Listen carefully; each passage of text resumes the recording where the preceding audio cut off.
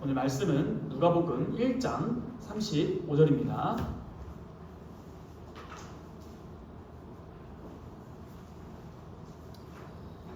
네, 다 찾으셨으면 제 하나님 말씀 봉독하도록 하겠습니다.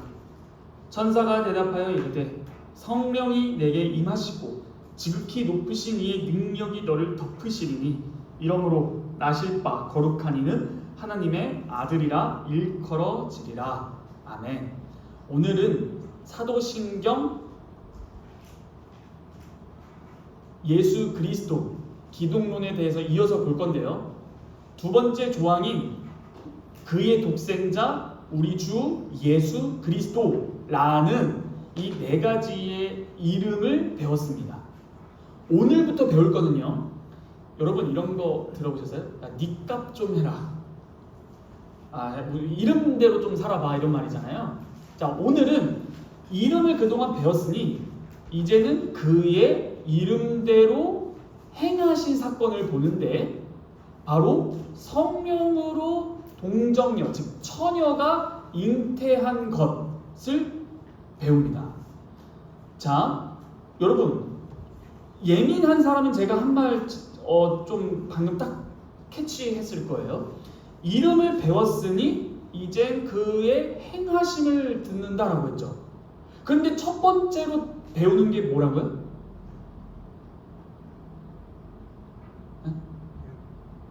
오늘 뭐 배워요? 자, 성령으로 잉태하심이죠. 근데 이게 뭐라는 거예요? 예수 그리스도의 첫 번째 일이다라는 거예요. 여러분 잘 기억하세요, 이 논리를. 여러분 한번 따라해 볼까요? 잉태, 태어남, 사심, 고난당하심, 죽으심, 그 다음 무덤에 안치하심, 사망이죠.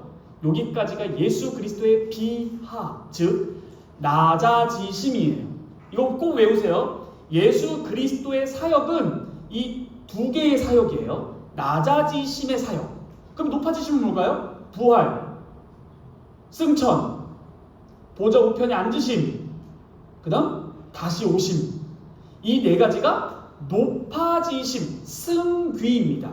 그래서 예수 그리스도의 비하와 승귀가 예수님의 사역이에요. 자, 우리 그의 독생자 우리 주 예수 그리스도를 믿사오니 그 다음 이는 성령으로 잉태하사, 잉태, 동정녀 마리아에게 나심, 태어나심, 그리고 나심, 그 다음 뭐예요? 본디오 빌라도에게 고난을 받으사, 고난 받으심. 물론 사심은 왜 없어요? 따지지 마세요.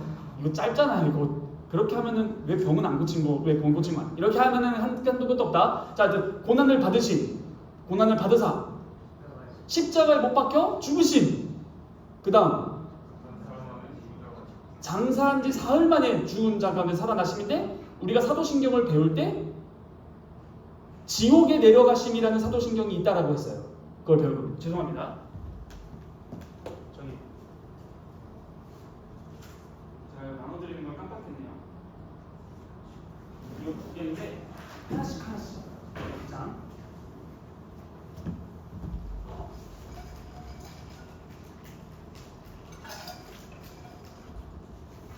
자, 받으시는 동안 자 다시 들어봅시다. 동정녀 탄생은요, 예수님이 행하신 사건의 첫 번째 일이에요. 이거 굉장히 중요해요. 잘 들으셔야 됩니다.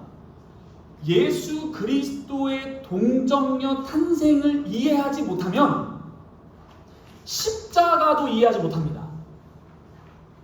예수님이 행하신 첫 번째 일이라는 첫 단추가 잘못 끼워지면 그의 이후의 모든 일들이 이해가 안 됩니다. 일단 나눠주셔야겠네요. 지금 다들 들어야 되는데 일단은 나눠주시고.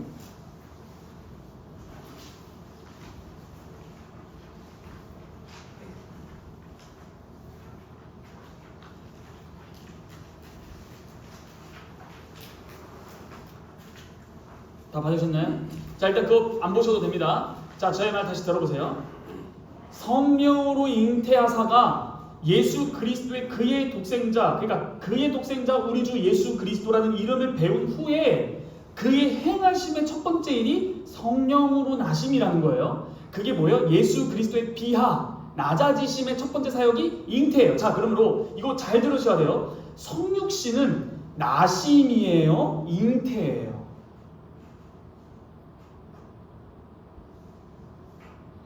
어렵나요? 엄마 뱃속에 있는 게 성육신이에요? 태어나신 게 성육신이에요? 예수님의 첫 번째 일이 뭐예요? 잉태죠. 성육신은 잉태입니다. 그러면은 이렇게 잘 배워야 돼요. 이 성육신은 잉태예요. 외우기. 그 이유가 있어요. 다 할 겁니다. 성육신은 잉태예요. 잉태부터 시작이 성육신이에요. 마리아의 피와 살이라는 그 인성을 취하신 사건이기 때문에 그래요. 임신한 거. 근데 왜 임신한 게 왜 중요할까 좀 이따 배울 겁니다. 자, 다시 예수 그리스도의 첫 번째 사역 비하의 첫 번째 일이 성령으로 잉태하심인데 이 첫 번째 일을 이해하지 못하면 논리적 순서로서 두 번째, 세 번째, 네 번째, 다섯 번째 다 이해 못하는 겁니다. 더 극단적으로 표현하면은 예수 그리스도의 성육신 마리아, 처녀 마리아에게서 잉태되심의 사건의 의미를 잘 모르면 십자가의 의미도 모르는 거예요. 논리가 그래요. 십자가가 뭔데? 라고 했을 때 그냥 이건 틀린 거예요. 죽으면은 십자가에서 누가 죽었어요? 또 강도 좌우편도 죽었는데 그럼 그건 뭐예요? 그것도 십자가의 죽으심이잖아요. 자, 그러므로 예수님이 십자가의 죽으심의 근본적인 이유를 알려면 동정녀 탄생을 알아야 된다는 거예요. 그래서 동정녀 탄생을 먼저 말하는 겁니다. 자, 동정녀 탄생을 죄송한데 혹시 남은 거 있나요?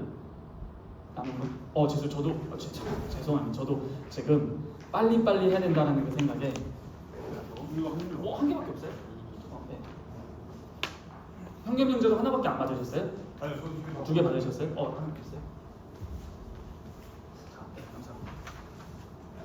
예, 알겠습니다. 여러분, 35문 한번 하이델베르크 요리문답 제2부 14주의 35문 한번 보시겠습니다. 제가 한번 읽어볼게요. 그분은 성령으로 잉태되사 동정녀 마리아에게서 나셨으며 라는 말로 당신은 무엇을 고백합니까? 답.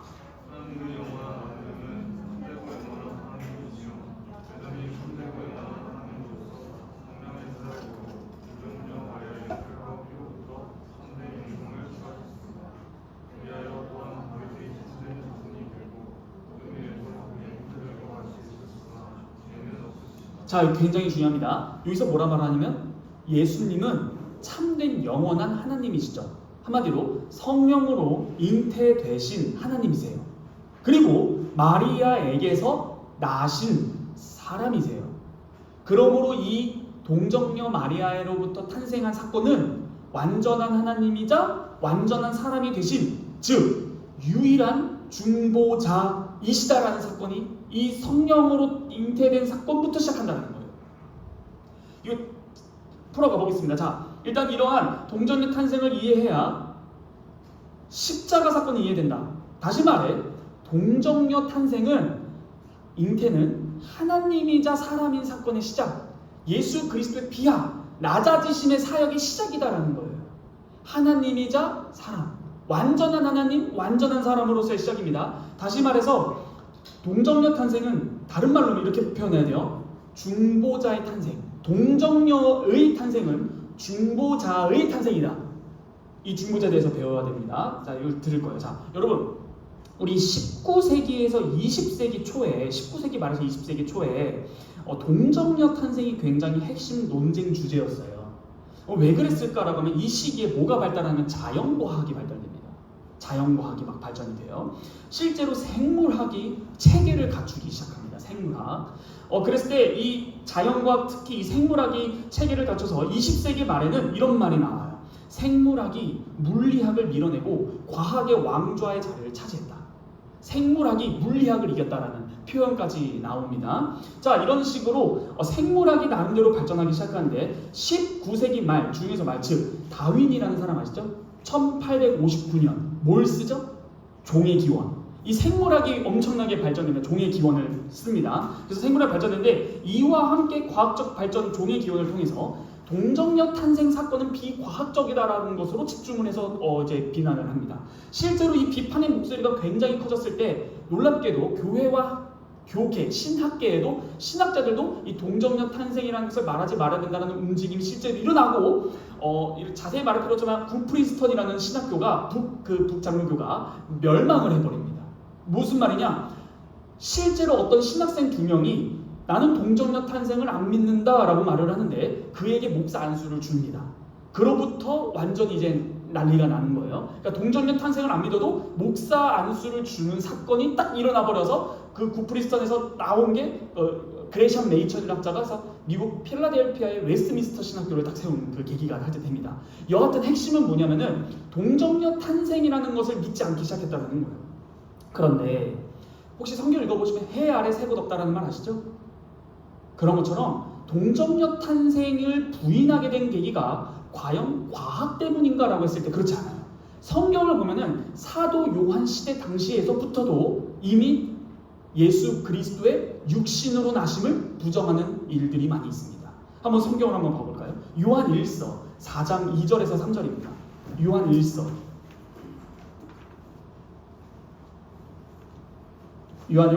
4장 2, 3절입니다. 제가 읽어보겠습니다. 이로써 너희가 하나님의 영을 알지니 곧 예수 그리스도께서 육체로 오신 것을 시인하는 영마다 하나님께 속한 것이고 예수를 시인하지 아니하는 영마다 하나님께 속한 것이 아니니 이것이 곧 적그리스도의 영이니라. 오리라 한 말을 너희가 들었거니와 지금 벌써 세상에 있느니라. 자, 예수 그리스도께서 육체로 오신 것을 부인하는 것이 당시 1세기에 있었다 없었다? 있었다. 단순히 과학적 발전으로 인해서 동정녀 탄생을 부인한 것이 아니다. 그러므로 사도신경의 첫 조항에 동정녀 탄생이라는 교리가 들어간 이유를 우리는 좀 알 것 같아요. 자연과학, 특히 생물학적 발전, 다윈의 종의 기원이라는 것으로 말미암아 드디어 예수 그리스도의 육체적 부인을 한 것이 아니라 1세기 당시에도 이미 예수의 성육신 자체, 이게 다시 영지주의인데요. 말 그대로 육은 약하고 영은 선하다라는 개념 때문에 예수가 어떻게 진짜 육을 입었어요. 그래서 가현설이라는 게 나와요. 홀로그램이다. 그러니까 오늘날 표현이 홀로그램은 그러니까 말 그대로 육신을 입은 것처럼 보여진 거지 진짜 육신을 입고 온 거는 아니다라는 거예요. 이런 게 다 어디 교리랑 접촉된다? 다 동정녀 탄생이랑 다 접촉되는 거예요. 그래서 사도 요한은 당시에 그런 논쟁이 있었기에 실제로 성경을 쓸 때도 이러한 육체로 오심을 부인한 자마다 어떤 영에 충만한 거다? 적그리스도의 영이다. 이는 하나님께 속한 게 아닌 자들이다라는 것입니다. 자, 이처럼 교회 초기부터 공격받은 교리가 바로 이 성육신 교리예요. 그래서 실제로 동정녀 탄생만 빼고 복음을 전하자라는 말도 나옵니다. 여러분 근데 잘 들어보세요. 동정녀 탄생을 부인하면 창조도 부인하게 되고요. 동정녀 탄생을 부인하면 부활도 부인하게 됩니다. 여러분 어떤 것은 믿는데 어떤 것은 믿지 않는다라는 말이 될 수 있지만 되지 않는 것은 바로 기독교 안에서 이것은 양립 불가능해요. 한 조항을 믿는데 그러니까 천지창조는 믿는데 부활은 믿지 않는다? 이런 게 불가능합니다. 마찬가지로 동정녀 탄생이라는 첫 번째 교리를 믿지 아니하면 자연스럽게 천지창조도 안 믿는 거고 부활도 안 믿는 거예요. 왜 안 믿는 거냐면 그러한 그 사건 자체, 그 사실 자체를 안 믿는다라기보다는 그러한 큰 일을 행하신 하나님을 안 믿는 겁니다. 이게 굉장히 중요해요. 자, 이 동정녀 탄생과 천지창조는 같은 종류의 믿음이에요. 이걸 믿으면 저걸 믿을 수밖에 없는 거예요. 자, 뭐라고요? 동정녀 탄생과 창조는 같은 믿음이다. 자, 근데 오늘 본문을 보면은 성령께서 마리아를 어떻게 하셨죠? 덮으십니다. 근데 이 표현 어디서 좀 익숙하신 거 있으신가요? 좀 더 확장하는 거예요. 동정녀 탄생을 믿지 않는 건데 왜 천지창조를 믿지 않는 건가? 자, 동정녀 탄생, 성령께서 마리아를 어떻게 하셨다? 오늘 본문에 보면 덮으셨다라고 나와요. 이것은 무엇을 상기시키는 걸까요? 창세기 1장 2절입니다. 빠르게 갈게요. 창세기 1장 2절에 흑암이 혼돈 깊음 위에 있고 그 영이 수면 위에 운행하신다. 하나님의 영이 수면 위에 운행하신다라는 표현이죠. 이 단어 히브리어 어근이 우리 한번 성경 찾아보면은 신명기 32장 11절 한번 찾아보실게요. 신명기 32장 11. 빠르게 갑니다.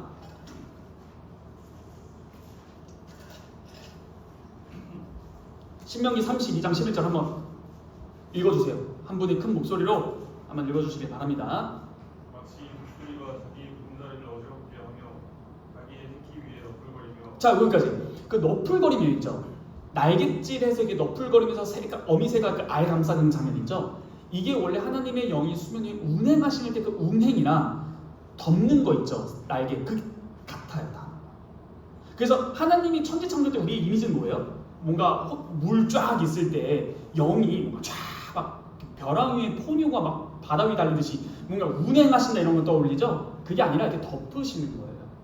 이해되시죠? 그러니까 지금 마리아에게 동일하게 성령께서 덮으셨고 천지를 창조할 때 성령께서 동일하게 덮으셨어요. 동일한 창조의 일을 생각나게 합니다. 그러므로 동정녀 탄생을 믿지 아니하는 것과 창조는 믿는다는 것이 양립이 불가능하다는 거예요.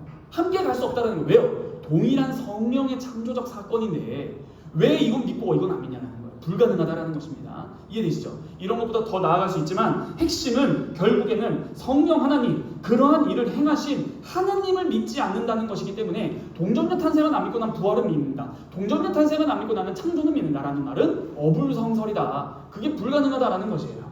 과학적인 근거에 비추어서 비판을 그 종교를 비판하는 것의 핵심은 뭐냐면 핵심이 있는데요. 짧게 말씀드릴게요.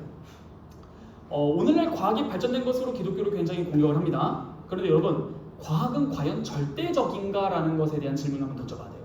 과학은요, 시대에 따라서 방법론과 과학에 대한 정의도, 패러다임이란 틀도 다 바뀝니다. 시대에 따라서. 그러니까 바뀌어요. 과학은 절대적이지 않아요. 시대에 따라서 바뀌어요. 그러므로 과학은 불변한 것처럼 생각하면 안 됩니다.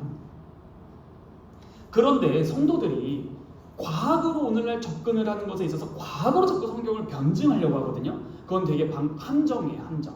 만약 동정녀 탄생을 과학으로 변증할 수 있으면 창조도 과학으로 변증해야 되고 부활도 과학으로 변증해야 되고 죽으심의 의미도 과학으로 변증해야 되고 다 과학적 변증으로 해버려야 됩니다. 불가능해요. 자, 근데 더 나아가서 문제가 뭐냐면 권위의 문제예요. 권위. 여러분, 우리는 성경이 어마어마하게 최고의 권위가 있다고 믿습니다.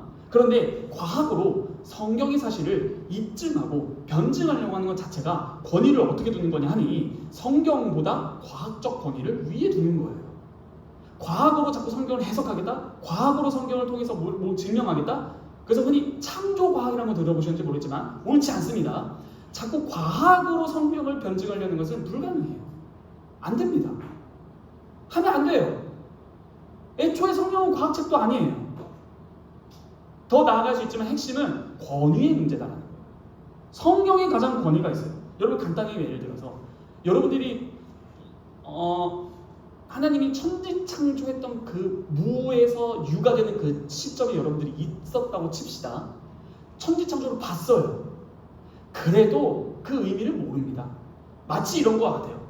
여러분 혹시 여의도 폭죽놀이 그 불꽃 축제 가보셨어요? 전 아기 때 기억이 있거든요. 압사당하는 줄 알았어요. 지하철 타고 갔다가. 그 여의도 불꽃 축제에 갔을 때 엄청나게 사람들이 많이 모인 집회에 갔을 때 제 기억은 딱 하나. 아름답다가 아닙니다. 깔려 죽을 뻔했다. 무슨 말이죠? 사람들이 많이 모인 집회의 성격을 어린아이는 깔려 죽을 뻔했네로 정의를 내립니다. 그렇게 어마어마하게 큰 일을 어린아이가 이해하지 못하는 것처럼 하나님의 천지 창조의 당시에 있었다 한들 우리가 그것을 이해하지 못하는 거예요. 그것을 애초에 과학적으로 접근한다는 것 자체가 불가능합니다. 모든 걸 다 과학으로 한다는 것이 권위의 문제다라는 거예요. 도대체 성경의 권위를 두는가? 과학의 권위를 두는가? 이 권위 문제예요. 이것은. 자, 그러므로 이 권위 문제, 과학. 여러분 누가복음을 쓴 사람이 누가예요? 자, 누가복음을 누가 썼어요? 누가 썼어요? 누가의 직업이 뭐예요? 의사예요. 과학자입니다. 그런데 누가는 의사로서 동정녀 탄생을 접근하는 것이 누가복음 1장에 보면 굉장히 우리에게 지혜를 줍니다. 동정녀 탄생을 의사인 누가가 설명을 할 때 과학적으로 접근하지 않고 믿음으로 접근합니다. 마리아에게 집중합니다. 그게 오늘 본문을 보면은 잘 나와요. 마리아는 과학적으로 동정녀 탄생을 믿은 게 아니라 천사의 말을 듣고서 믿은 겁니다. 믿음에 집중해요. 그럼 천사의 말이 무엇인가 하니 다윗 언약, 다윗의 후손, 메시아가 온다라는 그 말을, 즉 구약 성경부터 흘러온 그 언약, 약속, 예언을 믿음으로 동정녀 탄생에 접근한 거지 과학적으로 의사인 누가도 접근하지 않았다는 누가도 결국에는 마리아의 믿음을 조명합니다. 이것이 오늘 우리에게 지혜를 줍니다. 동정녀 탄생뿐만 아니라 기독교의 진리에 어떻게 접근해야 하는지를 과학자인 의사 누가가 제시해 주는 것이에요. 우리는 믿음으로 접근합니다. 자, 이 정도 틀이 됐어요. 자, 그러면 첫 번째 질문으로 돌아가서 마무리하도록 하겠습니다. 동정녀 탄생이 예수 그리스도의 비하, 낮아지심의 첫 번째 사역이라 했고, 이러한 사역을 이해하지 못하면 그 이후로 오고 오는 모든 예수 그리스도의 사역도 이해하지 못한다라고 했습니다. 그런데 이 동정녀 탄생은 무엇을 의미하는가 하니 결국에는 하나님이자 사람인 완전한 신인, 참 하나님 참 사람이심을 증거하고 증명하는 중요한 구원의 계시예요. 예수가 누군가 라고 했을 때 그는 완전한 하나님이시다, 완전한 사람이시다라는 것을 증명하는 게 바로 동정녀 탄생이에요. 이 개념을 모르면 아무도 이해 못합니다. 자, 다시 한번 우리 볼게요. 자, 이것을 보기 전에 이 36문에서는 한번 읽어볼게요. 36문 읽어볼게요.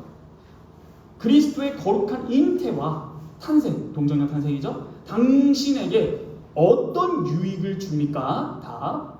그리스도는 우리 중보자이시고 잉태되고 생활을 위해서 우리 사람과 완전한 거룩함으로 하나님께서 하셨습니다. 예, 실제로 동정녀 탄생이 우리에게 유익을 줍니까? 라고 물어봐요. 동정녀 탄생이 성령으로 잉태돼서 동정녀가 마르게 나시고가 여러분들께 어떤 유익을 줍니까? 라고 질문을 던지는 거예요. 그에 대한 답이 뭐예요? 우리의 중보자이심으로. 중요하죠? 잉태되고 출생할 때부터 가지고 있던 나의 죄를 가려줍니다. 이게 굉장히 중요한 거예요. 성육신은 잉태다 출산이다? 잉태예요. 왜요? 우리 때문이라는 거예요. 우리의 모든 죄를 가려야 하잖아요. 모든 죄요. 근데 우리는 언제부터 죄인이에요? 어머니 뱃속에서부터예요. 이거 누구 고백이에요? 다윗의 고백입니다. 한번 볼까요? 시편입니다. 시편 51편 5절. 시편 51편 5절 한번 크게 한번 읽어주시면 감사하겠습니다. 내가 죄악 중에서 출생하였으며 어머니가 죄 중에서 나를 잉태하였나이다. 네, 내가 죄악 중에서 출생했고 어머니의 그 태 속에서부터 내가 죄인이었습니다. 그러므로 우리의 죄를 가리기 위해서는 우리의 태어남, 삶, 죽음 그것만이 아니라 어디서부터 가려야 된다? 어머니 모태에서 잉태되었을 때부터 우린 죄인이었다.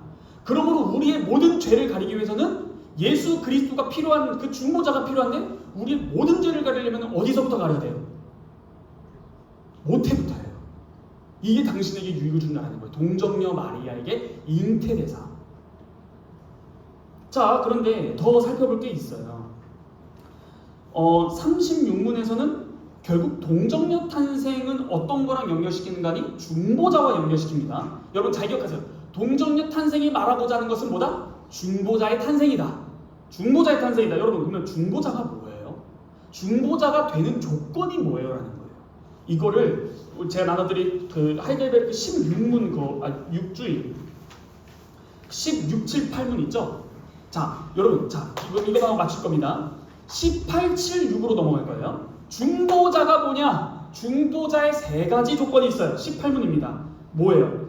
누가 참 하나님이고 동시에 참 인간이고 의로운 사람입니까? 의로운 중보자입니까? 라고요. 자, 그럼 중보자의 세 가지 조건은 뭐예요? 참 하나님, 참 인간, 그리고 의로워야 된다.